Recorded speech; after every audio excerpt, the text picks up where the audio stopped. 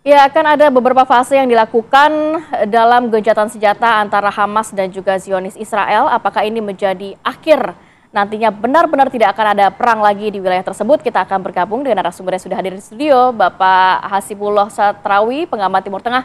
Assalamualaikum Mas Satrawi, sehat ya? Waalaikumsalam Mbak Rati dan Mas Reza. Oke, sebelum kita membahas lebih dalam terkait hal ini, kita juga akan mengetahui bagaimana informasi terkini langsung dari Qatar. Sudah ada kontributor kami, Chelsea Gill. Selamat pagi. Assalamualaikum Mbak Chelsea. Selamat pagi, Assalamualaikum pemirsa TV One. Selamat pagi juga Reza dan Rati di studio. Yang kita tahu selama 2 tahun konflik di jalur Gaza, akhirnya harapan perdamaian muncul juga. Tepatnya kemarin di hari Kamis pada tanggal 9 Oktober 2025, di mana Israel dan Hamas menyetujui gencatan senjata tahap pertama, fase pertama, yang di mana hasil ini merupakan mediasi intensif yang dipimpin oleh Qatar, serta didukung oleh negara Mesir, Turki, dan juga Amerika Serikat.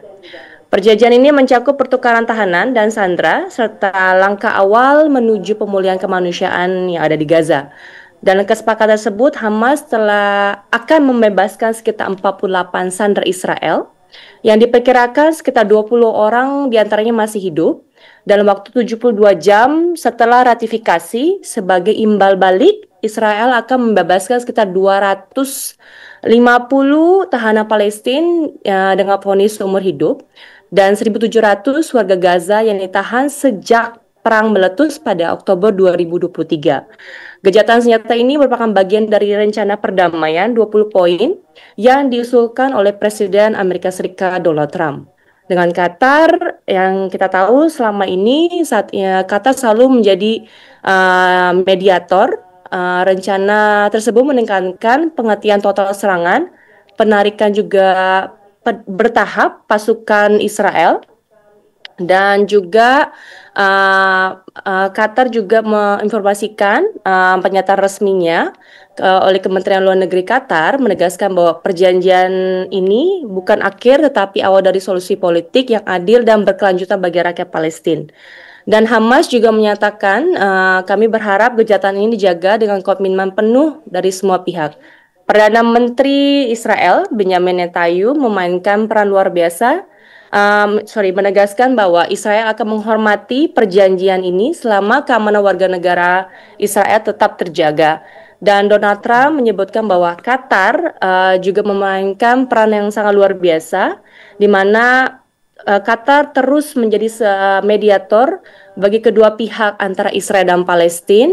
Walaupun yang kita tahu dalam 1 bulan yang lalu Qatar mendapatkan serangan ledakan oleh pihak Israel, di mana dan di samping itu Qatar tetap menjadi mediator untuk menyelesaikan perselisihan antara Israel dan Palestina, di mana Qatar juga terus memberikan bantuan kemanusiaan berupa makanan, obat-obatan, dan juga bahan bakar Gaza. Dan yang sampai saat ini yang saya mendapatkan kabar bahwa Qatar dan pihak dari humanitarian Qatar dan juga beberapa negara lainnya sudah berada di border Gaza, di mana mereka bersiap untuk segera memberikan bantuan kemanusiaan secepatnya untuk Gaza dan juga seluruh masyarakat Palestina. Dari Qatar, saya Chelsea Gill melaporkan untuk TV One. Baik, terima kasih Chelsea Gill. Ini salah satu yang dibahas adalah tadi ya, untuk penyerahan bantuan kemanusiaan bisa dengan cepat berjalan ke sana. Saya langsung berbicara, Bang, seberapa optimis ini berjalan dengan lancar? Kalau kita lihat kan sebelum-sebelumnya juga perjanjian gencatan senjata juga sudah beberapa kali dilakukan, tapi ya Israel beberapa kali juga melanggar dengan gampangnya begitu. Ya, yang pertama saya rasa yang paling penting kita harus ucapkan selamat dan menyambut baik daripada gencatan senjata ini. Akhirnya perang 7 Oktober 2023 itu berakhir di hari ke-735 hari ini. Kalau kita artikan per definisi bahwa tidak ada lagi serangan, maka per hari ini 735 kalau hitungan Al Jazeera sudah tidak ada serangan lagi. Sebenarnya per 733 kemarin Rabu sudah diumumkan, tapi masih ada serangan karena Israel belum meratifikasi kesepakatan ini. Dan hari ini sudah diratifikasi. Nah, oleh karena itu tentu ini adalah kemenangan bagi rakyat Palestina, bagi Gaza, dan bagi mereka yang menginginkan perdamaian, bagi sandera di Israel, dan juga kita harapkan juga bagi kedua bangsa pada akhirnya yang kita harapkan ke depan menjadi hidup secara lebih damai dan permanen. Dan yang ketiga tentu saja ini bukan tiba-tiba turun dari langit. Kalau ini diurut paling cepat kita bisa urut dari tanggal 22-23 September. Kita tahu ada kayak semacam tekanan global, konsensus global dari dua sisi. Sisi solusi dua negara yang dimotori oleh Prancis dan Arab Saudi, lalu sisi dari inisiatifnya Amerika dengan mengumpulkan G8 negara-negara berpenduduk mayoritas Muslim dan Arab yang sama-sama ingin ini segera berakhir dan itu berlanjut hingga akhirnya menjadi sebuah tekanan termasuk penambahan kapasitas fasilitator dan mediator. Misalkan ada Turki yang masuk dalam mediator sekarang dan itu punya dampak nyata di lapangan. Karena kalau kita ikutin tahap pertama ini kan dalam gencatan senjata ini, perundingan ini titik krusialnya adalah ada pada bagaimana kalau sandera sudah dibebaskan oleh Hamas, apakah Israel tidak akan menyerang lagi. Hamas butuh jaminan dan jaminan itu satu ditunjukkan oleh para mediator bahwa ini tidak akan terjadi, bahkan Hamas juga mendapatkan kayak semacam komitmen hitam di atas putih bahwa Israel tidak akan menyerang kembali setelah sanderanya yang terakhir dibebaskan. Jadi sekali lagi ini adalah berkat upaya dan komitmen dari para pihak termasuk mediator, bahkan Presiden Trump direncanakan akan datang langsung ke Mesir untuk ikut dalam penandatanganan. Ini bagian daripada pembuktian bahwa ada komitmen untuk menjaga Israel, Netanyahu tidak lagi cari-cari alasan untuk melakukan serangan dengan dalih-dalih tertentu. Tidak memberikan harapan palsu lagi begitu tidak ya Mas Hadrawi. Ada beberapa fase yang dilakukan, termasuk juga tadi pemberian bantuan, kemudian penarikan pasukan, nantinya juga di akhir fase ada rekonstruksi atau pembangunan lagi untuk di wilayah Gaza. Dari fase-fase tersebut, Anda melihatnya akan seperti apa nantinya gencatan senjata ini? Saya mengikuti perundingan ini betul-betul penuh dengan kehati-hatian dan paksaan, agak sedikit paksaan. Jadi tidak terlalu diberikan keleluasaan kepada kedua belah pihak. Misalkan sekarang Wittkopf sudah ada di Israel, setelah dari Sharm el-Sheikh langsung terbang ke sana untuk memastikan ini diratifikasi. Jadi memang semi dipaksakan untuk bisa diterima. Nah, kalau kita baca konteks seperti ini, maka kemudian tidak ada klausul-klausul yang dibeberkan secara bebas karena kehati-hatian tadi.